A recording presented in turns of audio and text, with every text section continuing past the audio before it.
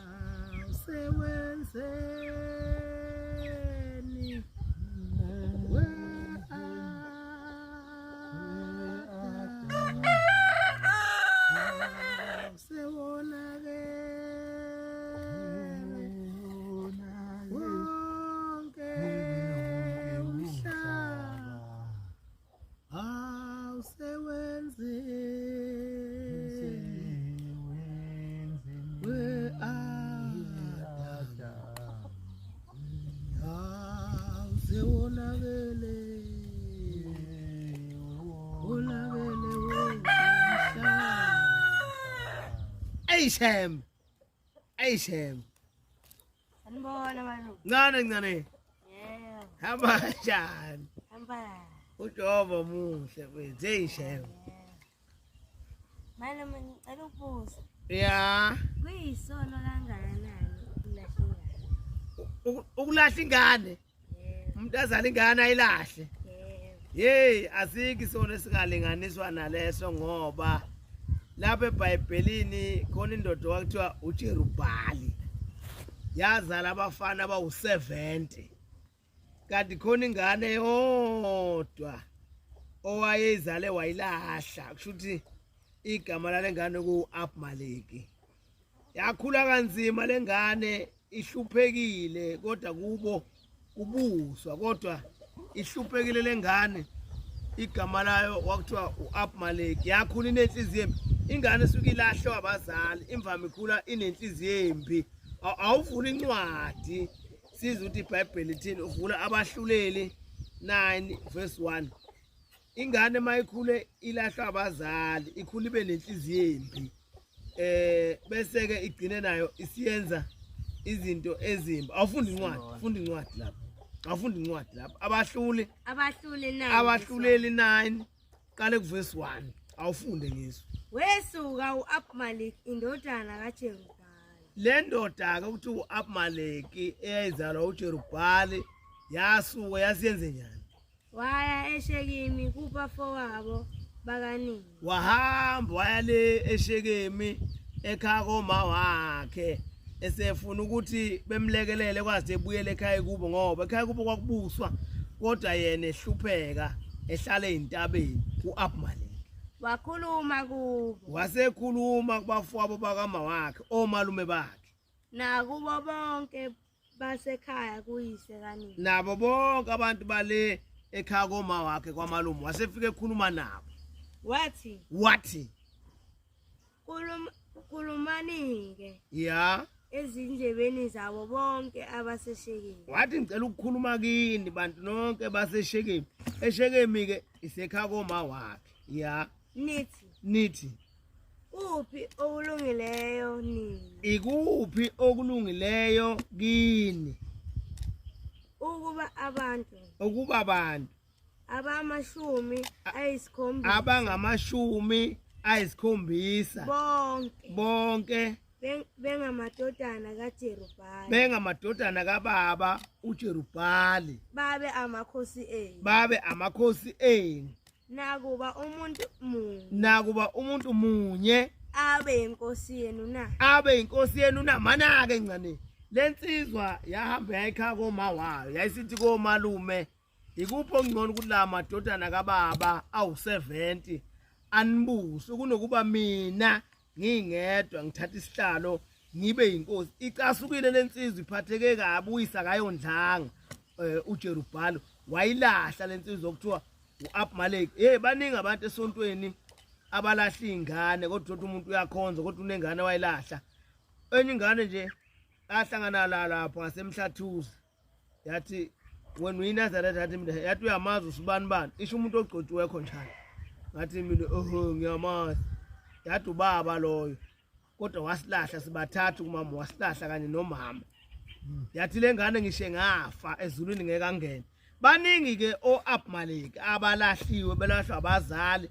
ingane zakhulule ezintabeni itike lengane lekha komawa ikuphi okungcono ukuthi abafowethu abawu-70 banibusa kunokuba mina ngingedwa ngibe yinkosi kwase kwenziwa kanjani khumbulani ukuthi ya mina ngiyithambo lenu itike lensizwa ihlohlo omalume bayo ithi khumbulani ukuthi mina ngiyithambo lenu nenyama yenu abafowabo bakanina bakhuluma ngaye ezindebeni zabo bonke abaseshekeni base bekhuluma omalume bathini omalume awukufunde lapho futhi amazi onke ya bakhuluma nanka amazwi izinhliziyo zabo zabheka u-Abmalek bathi hayi mani kungcono umshana u-Abmalek simphelezele eyothatha isihlalo sobukhosi le ekhaya kubo ngokuba bathi ya umfowethu bathi wena Abmalek njengoba umshana ufana nokuthi umfowethu hamba u-Abmalek wahlala esihlalweni njengelembe phela ilembe laphelezelo kwathiwa asambeni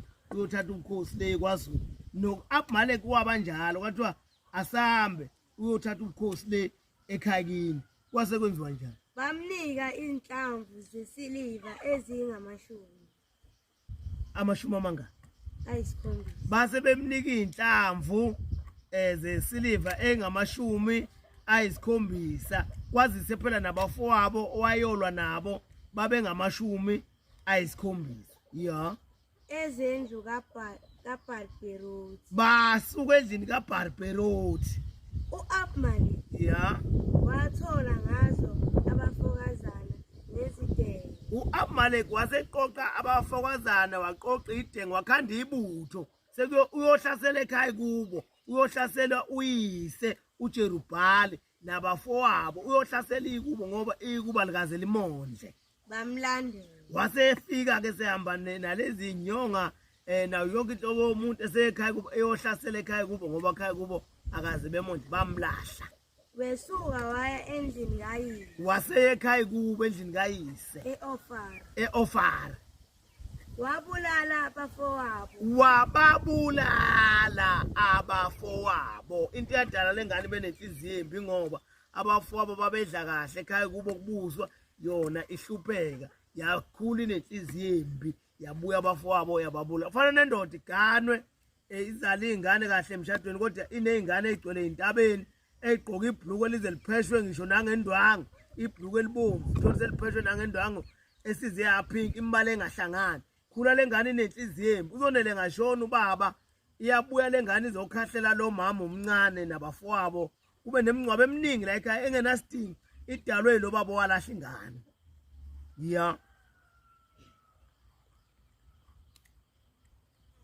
funda incwadi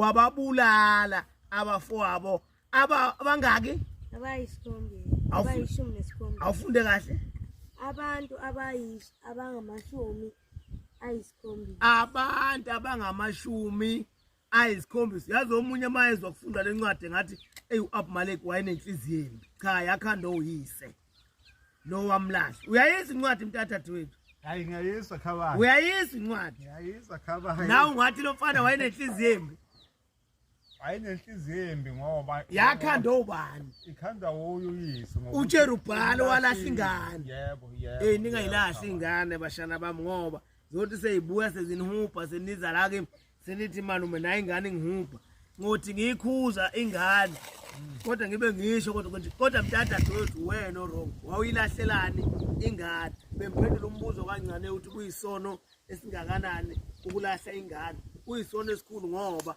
kwawena baba igcina isifisa ukubulala kwabafowabo isifisa ukubabulala sifisa ukubulala yonke into nje khona emhlabeni ngoba yona yalahlwa ngakho ke ingane azingalahlwa ayilando neyilahliwe nje uyabona nje ozolalela le ndaba kanti walahla ingane kufanele ahambe uyicinga ngoba ngelinye ilanga uzobuya u-Abimeleki. uJerubhali uzoba senkingeni nabafowabo baka-Abimeleki.